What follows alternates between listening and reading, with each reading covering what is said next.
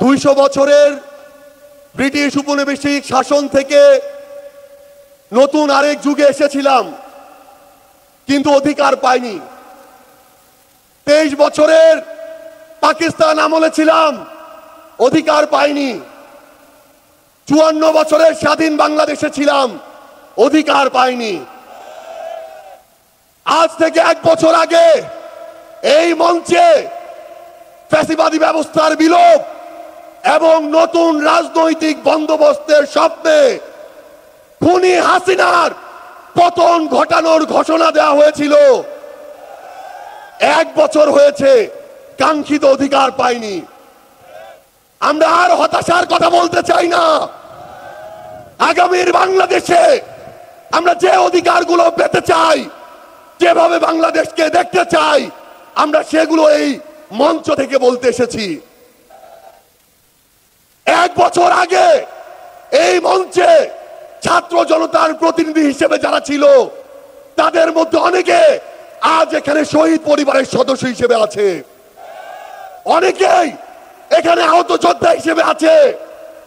আমরা এই মঞ্চে আজ আমার শহীদ ভাইদের হত্যার বিচার চাইতে এসেছি, আহত যোদ্ধাদের রক্ত ঝরার বিচার চাইতে এসেছি। যে আওয়ামী লীগ, যুবলীগ, ছাত্রলীগের সন্ত্রাসীরা আমার সহযোদ্ধাদের রক্ত ঝরিয়েছে, সেই সন্ত্রাসীদের বিচার চাইতে এসেছি। আমরা এই অন্তর্বর্তীকালীন সরকারের কাছে মৌলিক সংস্কারের নিশ্চয়তা চাইতে এসেছি। আমরা আমাদের অসহায় শহীদ পরিবারগুলো, একমাত্র অবলম্বন হারানো শহীদ পরিবারদের পুনর্বাসন চাইতে এসেছি। আমরা আমাদের আহত যোদ্ধাদের তাদের প্রয়োজনীয় চিকিৎসা নিশ্চিত করার অধিকার চাইতে এসেছি।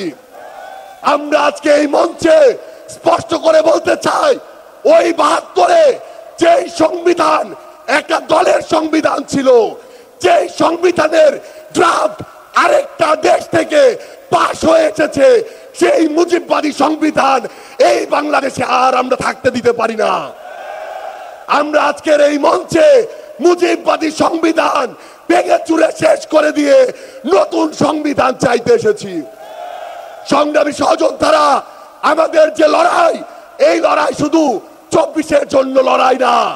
ওই 2009 সালে বিডিআর পরিকল্পিত হত্যাকাণ্ডে যাদের হত্যা করা হয়েছে, তার পিছনের প্রত্যেক কুশলীদের সর্বোচ্চ শাস্তি চাওয়ার জন্য আজকে আমরা এই মঞ্চে এসে হাজির হয়েছি। ওই শাপলা চত্বরে 13 সালে যাদেরকে নির্মমভাবে হত্যা করা হয়েছে, তাদের পিছনে যারা কাজ করছিল, সে সকল খুনিদের বিচার চাইতে আজকে আমরা এই মঞ্চে এসে দাঁড়িয়েছি। বাংলাদেশের আপামর ছাত্র জনতা, আমাদের সংগ্রামী সহযোদ্ধারা, আমরা শুধু আপনাদের স্পষ্ট করে একটা জিনিস বলি, এই বাংলাদেশে যেমন ইসলাম ফোবিয়ার জায়গা হবে না, ইসলাম বিদ্বেষেরও জায়গা হবে না।